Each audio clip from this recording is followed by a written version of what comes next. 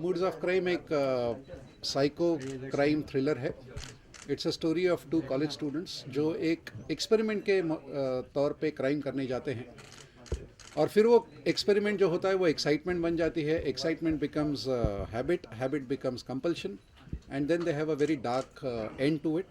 So it's a movie which is about youngsters, but how they get sucked into the world of crime. It is about that, and it has a huge suspense end to the movie. जी, crime के ऊपर तो बहुत फिल्में आई हैं, लेकिन उसका analysis करने का जो इस फिल्म का प्रयास है, वो एनालिसिस कि ये क्राइम करते क्यों है और किस टाइप के क्रिमिनल होते हैं, that is the essence of the movie. और इसमें जो सस्पेंस है वो that suspense will be the main thing of the movie. काफ़ी कुछ तो इसीलिए तो ये फिल्म मैंने पूरी तरह से रियल लोकेशंस पे की है. कई बार लोग सुपीरियरिटी के लिए क्राइम करते हैं, ना उनको क्राइम करने की नीड होती है, ना क्राइम करने का उनका लालच होता है, सिर्फ ये जताने के लिए कि हम औरों से बेहतर है. जब क्राइम करने को लगते हैं तो वो सबसे डेंजरस टाइप के क्रिमिनल होते हैं. This movie is about those type of criminals. इसमें अनिमा, अयाज और उपेक्षा ये तीन आर्टिस्ट हैं. तीनों टेलीविज़न के आर्टिस्ट हैं. They are all very fine actors but not very known faces. Because I wanted to make this movie in real locations और काफ़ी चेस सीक्वेंसेस थे और आउटडोर शूटिंग था. I couldn't manage known faces क्योंकि उनके साथ फिर शूट करना बहुत मुश्किल होता है. So these are the faces that I am working. नहीं, इस फिल्म में कोई गाने नहीं है. It's a complete dark movie with a very hard hitting end. So इसमें गानों की कोई जगह ही नहीं. ऑडियंस देखकर जो बहुत कम लोगों ने इस फिल्म को देखा है, बट सेंसर का जब स्क्रीनिंग हुआ तब कॉमन पब्लिक से कुछ मदर्स वहाँ पे थी जिनके बच्चे कॉलेज में पढ़ते थे. 15 मिनट तक वो कुर्सी से उठ नहीं पाए क्योंकि उस मूवी का जो एंड है वो इतना डिवास्टेटिंग है कि but at the end you know एक अच्छा मैसेज जाएगा सोसाइटी में कि क्राइम का अंत हमेशा ख़राब ही होता है. जी, मेरे जैसे कि मैंने बताया, मेरे तीनों आर्टिस्ट्स आर टेलीविज़न आर्टिस्ट्स और टेलीविज़न की पूरी इंडस्ट्री अभी मीरा रोड में शिफ्ट हो गई है एंड डेली सोप में काम कर रहे हैं. Ayaz is working in Jai Santoshi Maa, one girl is working in Saath Nibhana Saathiya and these kind of daily soaps.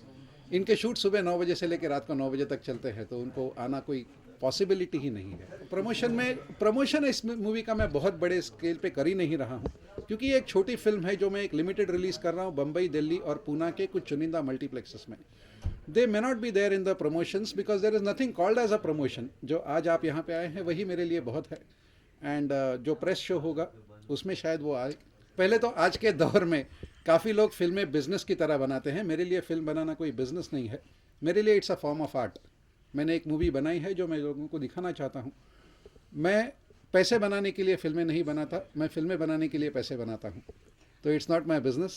So I am not much worried about promotion के बगैर जाऊँ, प्रमोशन के साथ जाऊँ, मुझे कोई फ़र्क नहीं पड़ता. I am a businessman from Dubai and my job involves a lot of travelling.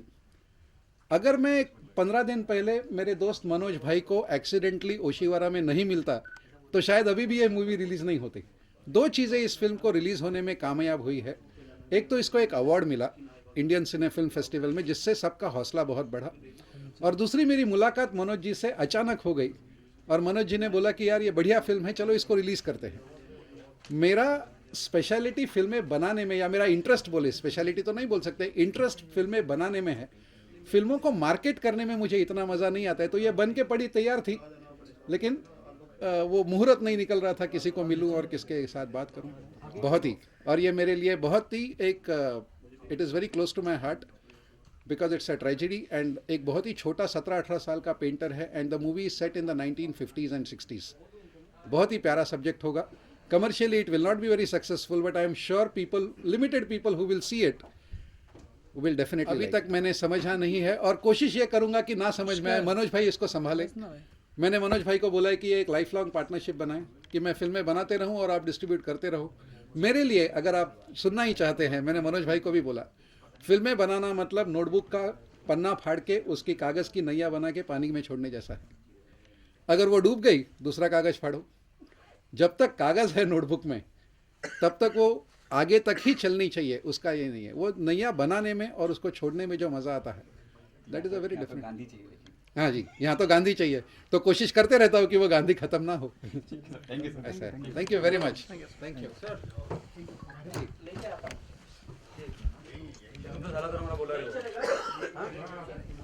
Marathi media आहे का कोणी?